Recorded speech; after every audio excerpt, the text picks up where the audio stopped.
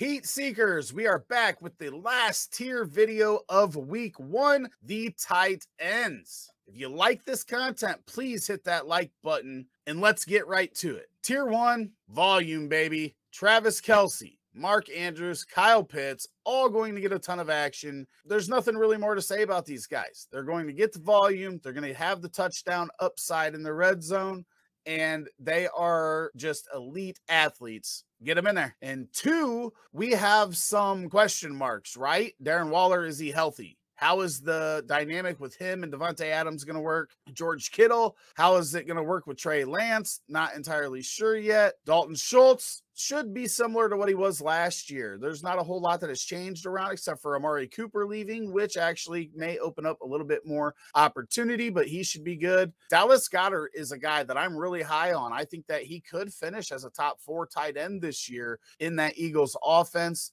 Got to see it a little bit more before moving him up, though. Zach Ertz, kind of a question mark this week. Had some injuries. How is he going to play? Is he going to be full go? We'll have to see on that one. Tier 4, we've got some upside guys, right? We've got TJ Hawkinson, Kmet, Dawson Knox, Pat Freiermuth, and Irv Smith Jr. All of them are young. Hawkinson has a little more experience than most of the guys here, but all of these guys could be top 5 tight ends on any given week if they get that touchdown. Here in tier 4, Evan Ingram is a guy that I actually like a lot this season. People forget just 2 years ago, he had 104 targets. He did struggle last year, but he has moved, got a change of scenery, has Trevor Lawrence throwing to him. I think the Jacksonville Jaguars are going to really rely on Evan Ingram in the passing game this year, and he could be one of the highest targeted tight ends. And if that happens, we're going to see him way up these rankings from week to week going forward in 2022. The rest of these guys, we really need a touchdown from them, right? We don't know what the volume is going to be. We already know that Hunter Henry doesn't get a lot of volume, but he gets a lot of red zone work. If that continues from last year, maybe he'll start getting some more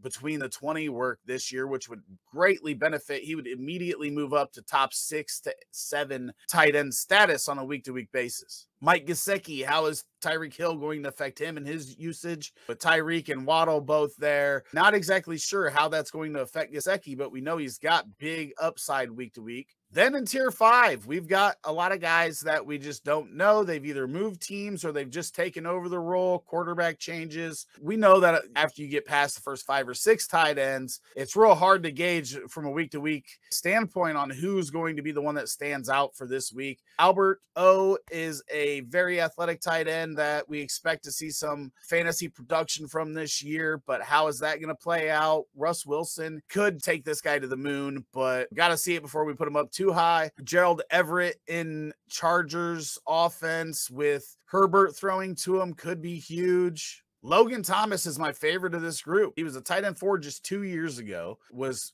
great before he got hurt last year. Now he has Carson Wentz, who uses the tight end as much as anybody, but he's got to get fully healthy, right? I think he's going to be a guy that we have in tier 2 at minimum for majority of this season if he's healthy. Just has to get there and see it, and then we'll have him up there. Cameron Brate, one of Brady's favorite red zone targets. With Gronk gone, that should continue this season. He should get more work between the 20s. Could be one of the most undervalued tight ends on this season. That's it for my week 1 tight end tiers. If you love this content, please hit that like button, hit the subscribe and notification bell, and then check out the playlist. Make sure to keep an eye on my article. The link is in the description, but if anything changes, if Darren Waller's out, how does that change everything? Find that link in the description. I will update that if any news like that comes out throughout the week.